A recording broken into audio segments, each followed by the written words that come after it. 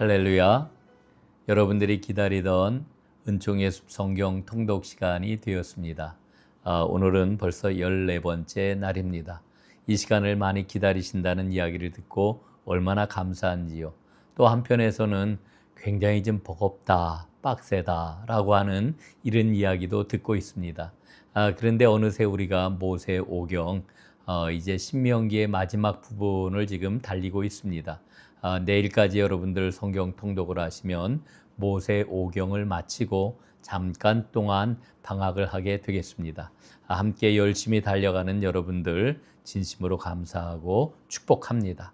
자, 오늘 우리가 읽을 성경 말씀은 신명기 12장부터 26장까지 말씀이 되겠습니다. 모세의 두 번째 모압 설교가 되겠는데요. 두 번째 설교 가운데 10계명에 관한 말씀은 어제 우리가 살펴보았고, 오늘 내용은 예배에 관한 말씀, 그리고 성민의 생활이 뭐냐라고 하는 것, 거룩한 공동체를 지키는 생활에 관한 구체적인 내용들을 오늘 말씀을 통해서 우리가 발견을 하게 되겠습니다. 자, 그러면은 오늘 말씀을 보면은 12장부터 16장까지는 의식법에 관한 말씀이 되겠고요. 그 다음에 두 번째로 16장 18절부터 20장까지는 시민법에 관한 말씀이고요. 세 번째 21장부터 26장까지 말씀은 사회법에 관한 말씀이 되겠습니다. 자, 제일 먼저 의식법에 관한 말씀을 좀 보겠습니다. 12장 1절부터 28절까지 말씀을 보면은 중앙성소에 관한 말씀이 기록이 되어 있습니다. 자, 광야에서 이스라엘 백성들은 이동식 성전, 다시 말씀드려서 성막 예배를 드리며 지금까지 지내오지 않았습니까? 그런데 이스라엘 백성들이 가나안 땅에 들어가면은 이제 중앙성소를 갖게 될 것입니다. 예루살렘 성전, 건물 성전을 갖게 될 것이라고 하는 거지요. 그래서 지금까지는 하나님께서는 성막을 통해서 이스라엘에게 직접 찾아오셨다라고 하면은 중앙성소가 지어지게 되면은 이스라엘 백성들이 성소로 가서 하나님을 뵙게 되는 변화가 일어나게 될 것입니다. 자, 12장 29절부터 14장 2절까지 말씀을 보면은 다시 한번 우상 숭배를 금지하는 이런 말씀을 만나게 됩니다. 우상을 탐구하지 말아라. 하나님은 이렇게 말씀을 하십니다. 왜냐하면은 우상을 탐구하다가 올무에 빠질 수가 있기 때문에 그렇습니다. 또 누구든지 다른 신을 섬기려고 하면은 그 사람은 반드시 죽이라, 이렇게 말씀을 하십니다. 신앙은 문화도 아니요, 취미도 아니요, 진리와 생명의 문제이기 때문에 그렇습니다. 또 문신에 관한 그 말씀도 특별히 강조하는 것을 우리는 또한 만나게 되는데, 이 문신은 고대에는 어떻게 여겨졌느냐 하면은 이교도들의 주술적인 그런 그 표현이 바로 문신이다, 이렇게 생각을 했기 때문에 문신에 대해서 아주 굉장히 엄격하게 말씀을 하셨던 것입니다. 자, 이제 14장으로 넘어가면은 14장 3절부터 21절까지 말씀은 음식에 관한 법률입니다. 정결한 것만을 먹어라, 이렇게 말씀을 해주고 있는데, 그 내용들은 한번 쭉 여러분들이 잘 정리를 하면서 읽어보시기를 바랍니다. 자, 그 다음에 14장 22절부터 29절까지 말씀에는 11조 규정이 기록이 되어 있습니다. 여러분, 11조에 대해서는 사실은 우리가 굉장히 잘 모르는 그런 그 부분들이 많이 있는데, 이 신명기서는 11조에 대해서 세 가지로 우리에게 일러주고 있습니다. 첫 번 11조는 어떤 11조냐? 첫 번 11조는 기본 11조라고 이렇게 이야기할 수가 있는데, 매년 성전에 있는 레위인과 제사장을 위하여 성소의 유지를 위해서 드려지는 11조입니다. 두 번째 11조가 있는데, 이것은 축제 11조라고 이야기할 수 있습니다. 안식년을 기준으로 해가지고 1년, 2년, 4년, 5년에 권속과 레위인들을 위하여 잔치를 벌이는 이와 같은 11조가 되겠습니다. 그리고 세 번째 11조가 굉장히 전 중요하다 생각을 하는데, 구제 11조입니다. 3년과 제6년에 레위인과 객과 고아와 나그네를 위하여서, 과부를 위하여서 이들 구제를 위한 11조를 드렸다라고 하는 것입니다. 그러니까 11조 정신은 뭐냐? 11조는 첫 번째로 하나님의 성소의 유지, 오늘날로 이야기하면은 성직자들의 생활, 그 다음에 두 번째로는 가난하고 어려운 이웃들을 섬기는 일을 위하여서 이 11조를 드리고 사용했다라고 하는 거지요. 특별히 오늘 이제 그 현대교회가 더욱더 신경 써야 될 것은 구제를 위하여 이 11조가 사용이 돼야 된다라고 하는 것입니다. 자, 그 다음에 15장 말씀에 보면은 면제년에 관한 말씀이 기록이 되어 있습니다. 이 안식년에는 모든 빚이 면제가 된다. 이 하나님은 참 보통뿐이 아니시다라고 하는 그런 그 생각을 갖습니다.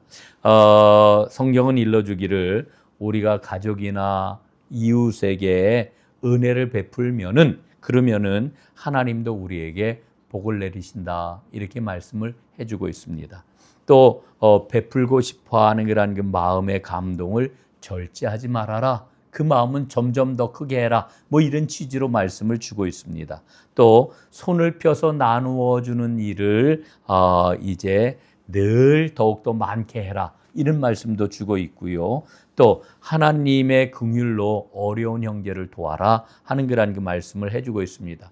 그러니까 성경에서 일러주고 있는 그런 그 복지에 관한 기본적인 정신이 뭐냐 하면은 나눔의 마음과 삶이 너희에게 꼭 있어야 된다라고 하는 차원에서 우리에게 일러주고 있습니다. 자, 16장으로 넘어가 보면은 3대 절기를 꼭 지키라고 일러주지요. 6월절, 7.7절, 초막절이 되겠습니다. 자, 이제는 16장 18절부터 20장까지 나와 있는 시민법에 관한 말씀을 살펴보겠습니다. 16장 18절부터 17장 13절에 보면은 재판과 재판장에 관한 그런 그 말씀이 기록이 되어 있는데 성경에서 일러주고 있는 사법제도는 뭐를 위한 것이냐? 정의를 구현하기 위한 것이다. 어떤 정의냐? 하나님의 정의를 구현하기 위하여 사법제도를 주고 계시다라고 하는 것입니다. 레위인은 또 제사장 겸 재판관의 역할을 감당을 했던 것을 우리 보게 되는 거지요. 그 다음에 17장 14절부터 20절까지 말씀을 보면은 왕에 대한 말씀을 이미 주고 계십니다. 여러분 성경에 흐르고 있는 아주 굉장히 중요한 사상 가운데 하나가 있는데 구약 성경에 그게 뭐냐면은 하나님은 왕을 세우려 하지 않으셨다라고 하는 겁니다. 왕권에 대한 아주 굉장히 그 강력한 그런 그 반대의 그런 그 신앙 사상이 구약 성서의 아주 굉장히 중요한 맥이라고 하는 거 우리 성도님들 꼭 기억을 했으면 좋겠습니다. 그래서 왕에 대해서 이제 어떤 말씀을 주시느냐 하면은 병마나 아내나 은금을 많이 두지 말아라. 예, 이거 그 주변에 있는 그러한 그 군왕들하고는 완전히 반대되는 그러한 그 이야기입니다. 예, 군사력 혹은 아내를 많이 두는 것 혹은 경제력을 막 키우는 것 이게 왕권의 상징이 아니라는 거예요. 국가의 안위가 여기에 달려있는 게 아니다. 이렇게 이야기를 하고 있는 거지요. 그럼 왕은 뭐를 해야 되느냐? 왕은 율법의 등사본. 다시 말씀드려서 하나님의 말씀을 늘 꺼내 읽고 그 말씀을 마음에 새기고 그걸 백성들에게 가르치고 그리고 그대로 일을 행하는 사람이 왕이다라고 하는 것이죠. 그래서 하나님을 경외하는 것, 겸손함을 왕은 반드시 배워야 된다. 이렇게 일러주고 있습니다. 이스라엘의 진정한 왕은 누굴까요? 하나님이십니다. 하나님. 그리고 그 하나님께서 하나님이 왕이시라고 하는 것을 실제로 역사 속에서 나타내셨던 때가 실험을 하셨던 때가 언제냐면 사사시대입니다. 사사시대. 예, 그건 나중에 사사기를 읽으면서 한번 살펴보도록 하겠습니다. 자, 18장으로 넘어갑니다. 18장에 보면은 제사장과 선지자에 대해서 이야기를 하지요. 레위인은 제물의 제일 좋은 부위를 이제 받게 되었고 첫 산물을 자신들의 몫으로 받았습니다. 그래서 회중은 성직자들에게 좋은 것을 제공하고 그리고 성직자는 분량 이상의 욕심을 내서는 안 된다라고 하는 것을 일러주고 있고 또한 그 신접행위를 해서도 안 된다라고 하는 것을 일러주고 있습니다. 자, 8장 15절에 보면은 아주 굉장히 눈에 띄는 구절이 하나 있어요. 모세와 같은 선지자가 누구냐라고 하는 이런 말씀인데, 모세는 사실은 제사장의 역할을 감당을 했고요. 선지자의 역할을 감당을 했고요. 왕의 역할을 감당을 했습니다. 이걸 우리는 삼중직이라고 이렇게 이야기를 하는데, 이 삼중직의 그러한 그 모습이 누구에게서 나타나고 완성이 됩니까? 바로 예수님에게서 나타나고 완성이 되는 거지요. 그래서 우리는 모세를 예수님을 예표하는 이와 같은 사람이로구나, 이걸 알 수가 있는 거지요. 자, 19장에 보면은 도피성에 관한 말씀이 나옵니다. 이 도피성을 왜 만들었느냐? 도피성은 요단 동편에 3곳, 요단 서편에 3곳, 이래서 모두 6곳이 도피성으로 다 이렇게 지정이 되는데, 도피성을 만든 이유는 실수로 사람을 죽인 경우가 있지 않겠습니까? 그 사람은 실수로 사람을 죽였는데, 만약에 아버지가 죽임을 당하였다, 혹은 아들이 죽임을 당하였다, 그런 가족들의 마음이 어떻겠어요? 복수하고 싶을 거 아닙니까? 그거를 피하기 위해서 도피성으로 도망을 하게 되면은 그 살인자를 보호해 주었습니다. 이게 도피성인데, 이 도피성은 접근성이 좋아야 되기 때문에 그 성 앞에는 14m 도로, 당시로서는 이게 어마어마한 대로입니다. 큰 도로를 만들어 놔가지고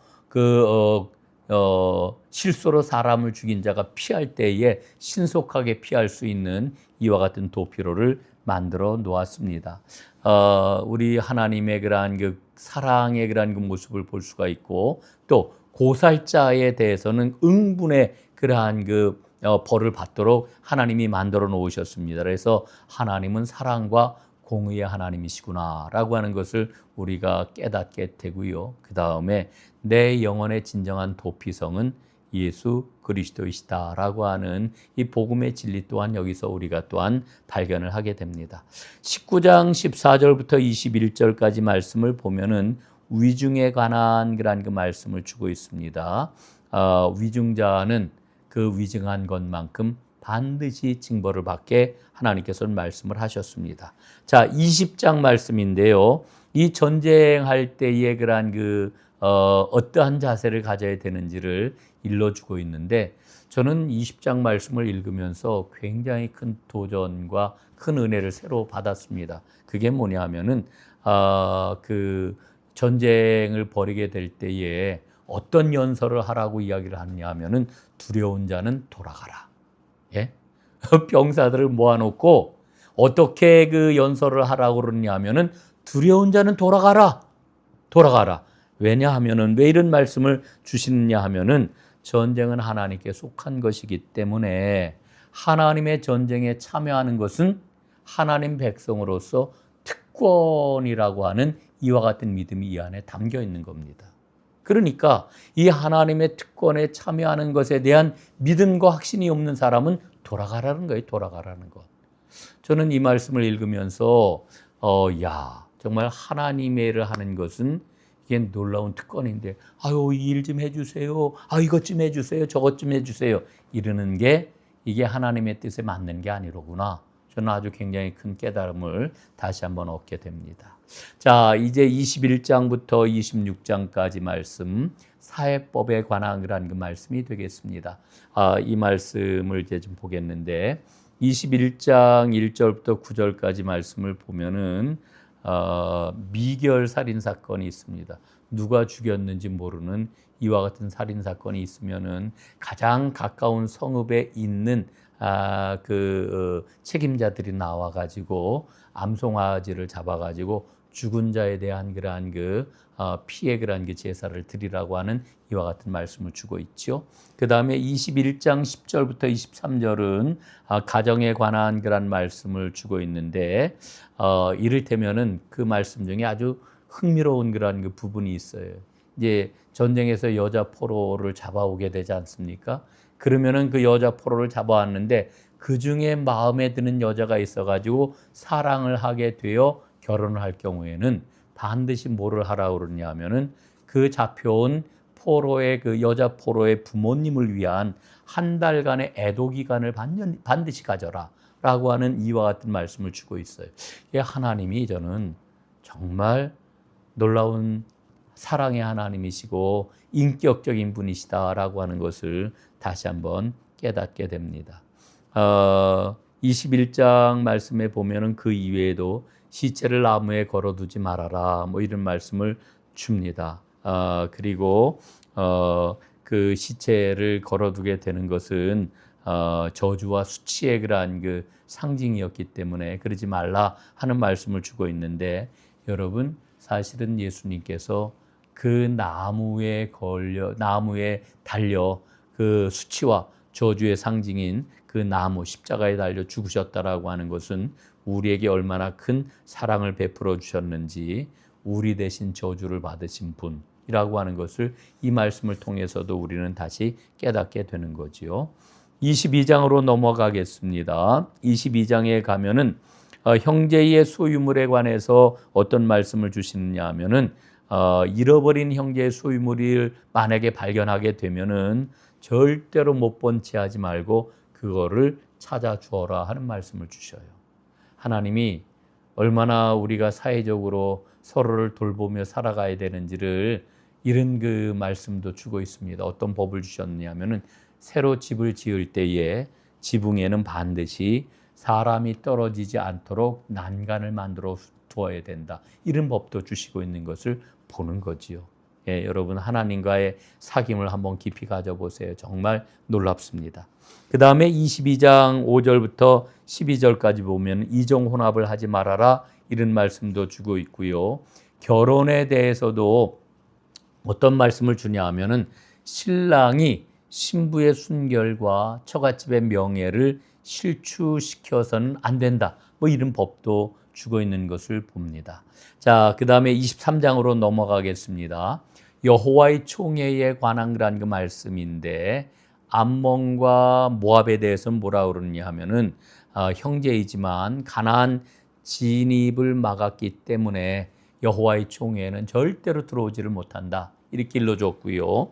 대신 에돔이나 애굽에 대해서는 이스라엘을 도와준 나라이기 때문에 3대가 지나가면은 여호와의 총회에 들어올 수 있다. 이런 그 말씀도 주고 있는 것을 봅니다.